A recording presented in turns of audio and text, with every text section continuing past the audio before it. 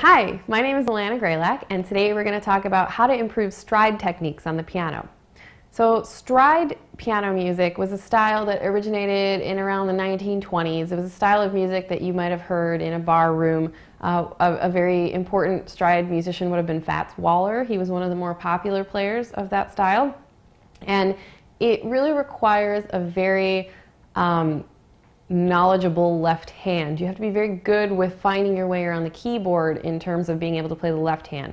So it's usually played in a 4/4 time pattern, which would be 1, 2, 3, 4, and the strong beats are going to be on 1 and 3. 1, 2, 3, 4. 1, 2, 3, 4.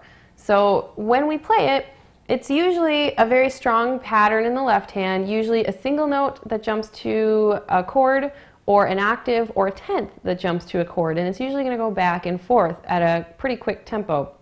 And then the right hand might do some kind of syncopated melody over the top. We're going to specifically look at the left hand today and some of the things that we can do to improve our accuracy with the left hand in order to get better at stride piano. So when we talk about stride piano, it sounds maybe something like this. And you want to be very accurate when you're playing, because if you're not,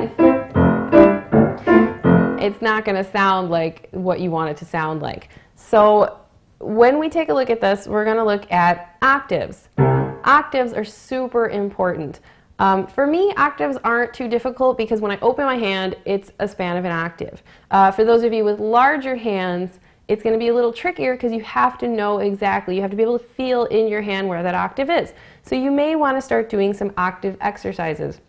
You have to be careful with octave exercises though. If you do them too much or you do them incorrectly, you could actually hurt your wrist or start feeling pain maybe in your thumb or somewhere back here in your hand, and you're going to want to be really careful with that. So a good way to practice your octaves, if you're going to do one thing for one hand, you may as well throw the other hand in anyway so that you learn them evenly, is to do octave scales. You can start on the white keys, and you're going to do them like this. We play them with 1 and 5 when we're on the white keys. So, and we're going to want to relax in between every octave that we play. So you play the octave, relax your hands. You never want to feel any kind of pain when you're doing these. If you're keeping your hands sort of in a claw position, in between each one, you're going to start to feel a lot of tension through the bridge of your hand, and that's what you don't want, which is why when you first learn to play octaves, you're going to want to relax in between each one. Then the next thing you want to do is maybe learn how to play on the black keys as well. When we play octaves on the black keys, in general, we're going to want to use a 4th finger. People with smaller hands may think they won't be able to reach it, but my hands are quite small and you should be able to reach it easily. So let's say we're going to take a B major scale, and we're going to do 1 and 5, and then 1 and 4, so that all of the time that we're on the black keys is 1 and 4, and then on the white keys we're on 1 and 5. And then you're going to want to do that down, and always staying as relaxed as you possibly can.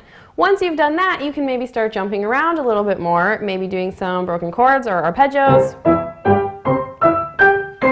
so that you can start getting more accustomed again to moving away from the keyboard but still finding your octave. So now when you want to put that into stride piano, let's say we're going to take, we're going to work in C major here, we're going to use the 1, the tonic, and we're going to jump to a 1 chord, another C major chord, and then we're going to jump down to G, which is a 5, and back to a C major chord, so we're just going to go back and forth. And you want to be very accurate. When you're aiming for those octaves, try to think kind of one note. So if you're going down, try to aim with that 5th finger. And this is where knowing where the spacing in your hand is comes in very handy, because then you don't have to think about it. You just open your hand and it's an octave. So you think pinky, and then you think thumb, and then pinky, and then thumb. Major scale. And that's how you aim for it. And then another really great way is actually to practice with your eyes closed. If you can do that with your eyes closed, chances are you will be great at it with your eyes open. So don't be afraid to make mistakes. Just try going for it with your eyes closed. See if you can make it. Let's see. Pretty good. So try doing it with your eyes closed, and you'll be great at it with your eyes open. Another thing that you would want to do for this style of piano then is to learn how to do tenths. If you ever look at any kind of transcriptions of Fats Waller's music, a lot of it is done in tenths. He had very big hands. I can't reach a tenth. If I want to play a tenth, I have to do it with 2 hands. But if you're going to learn how to play that music, you can substitute octaves or you can break your tenths. And you're going to want to do it really quickly. Let's see. So what we would want to do then is play a scale breaking the tenth going up the keyboard.